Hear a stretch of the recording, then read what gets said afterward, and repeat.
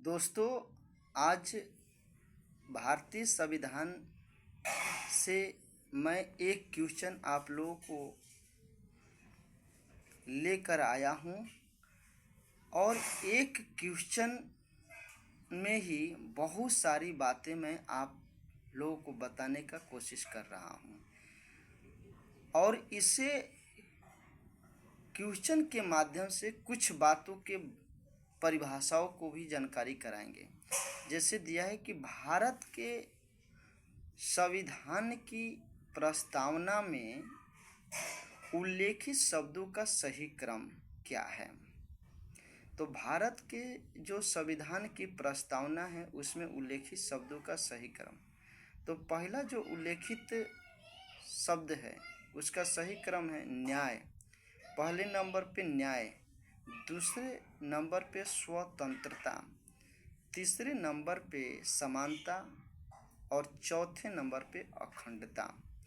तो ध्यान रखिएगा कि भारत के संविधान की प्रस्तावना में जो उल्लेखित शब्दों का सही क्रम है, पहला न्याय, दूसरा स्वतंत्रता, तीसरा समानता, चौथा अखंडता है।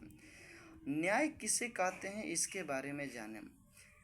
न्याय भारत के संविधान के द्वारा जो प्रदान किया मौलिक अधिकार है और राज्य के जो नीति निर्देशक सिद्धांत हैं, इन दोनों प्रावधानों के माध्यम से वादा किया गया कि समाज में व्यवस्था बनाए रखना आवश्यक है। क्या है, भारत के संविधान सभा ने मौलिक अधिकार और राज्य के नीति निर्देशक सिद्धांत के माध्यम से वादा किया था कि समाज में व्यवस्था बनाए रखना आवश्यक है। अब देखिए कि न्याय जो है इसमें 3 तत्व शामिल हैं।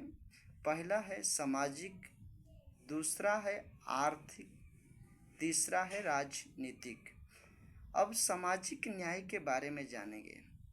सामाजिक न्याय क्या है इसके बारे में जानें। सामाजिक न्याय का अर्थ है संविधान जो है जाति, पंथ, लिंग और धर्म आदि जैसे किसी भी आधार पर भेदभाव किए बिना एक समाज बनाना चाहता है। मतलब सामाजिक न्याय ये कहना चाहता है कि संविधान जो है वो जाति के आधार पे या पंथ के आधार पे, लिंग के आधार पे, धर्म के आधार पे, किसी इनमें से किसी के भी आधार पर आपको भेदभाव नहीं करना है। बिना भेदभाव किए एक ऐसा समाज बनाना है जहाँ पे ये सब चीज़ों का बोलबाला न हो। आर्थिक न्याय क्या है? आर्थिक न्याय का मतलब होता है लोगों को उनके धन या आय और आर्थिक स्थिति के आधार पर कोई भेदभाव नहीं किया जा सकता। राजनीतिक न्याय, राजनीतिक न्याय का अर्थ है कि सभी लोगों को राजनीति के अवसरों में भाग लेने के लिए बिना किसी भेदभाव के समान, स्वतंत्र और निष्पक्ष अधिकार प्राप्त हैं।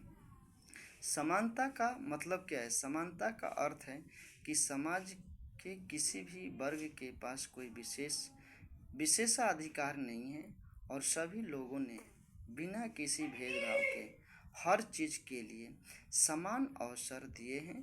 कानून के सामने हर कोई समान है। स्वतंत्रता, स्वतंत्रता शब्द का अर्थ है लोगों को अपने जीवन जीने के तरीके को चुनने की स्वतंत्रता। समाज में राजनीतिक विचार और व्यवहार रखना। स्वतंत्रता का मतलब कुछ भी करने की स्वतंत्रता नहीं है। एक व्यक्ति कुछ भी कर सकता है लेकिन कानून द्वारा निर्धारित सीमा के भीतर। अखंडता, अब आते हैं अखंडता।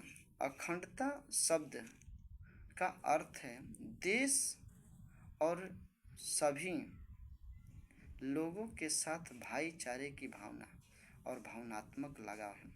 अखंडता राष्ट्र में गरिमा और एकता को बढ़ावा देने में मदद करता है।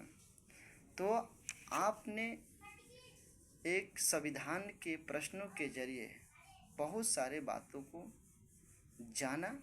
इसी तरह से मैं छोटा छोटा वीडियो आप लोग के सामने लाऊंगा जिसमें एक प्रश्न के जरिए उसके सारे सार को समझाऊंगा। तो आपको अगर वीडियो पसंद में आ रहा है तो आप इसको लाइक करें, सब्सक्राइब करें और मेरा कोऑपरेट ज़रूर करें।